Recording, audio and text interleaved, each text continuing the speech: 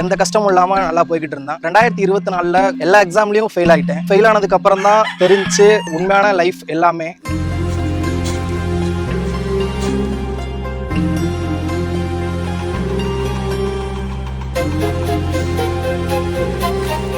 வணக்கம், என் பேர் பிரகாஷ். நான் 2025 நடந்த குரூப் 4ல கிளியர் பண்ணி பாஸ் ஆயிருக்கேன். Overall rank 150.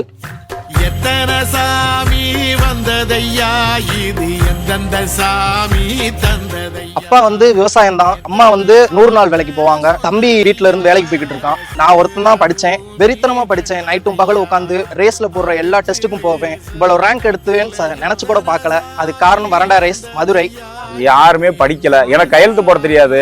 எல்லாத்துக்கும் என் காரணம் என் பிள்ளைவே. எல்லாமே அவன் கஷ்டப்பட்டான், அவனுக்கான பலன் கூலி கிடைச்சிருச்சு. இப்ப இந்த போர்டை பார்த்துட்டு போற சனம் பூரா வாயில கையை வச்சுட்டு போடுறவளுக்கு வாங்கியிருக்கேன். ரொம்ப பெருமை.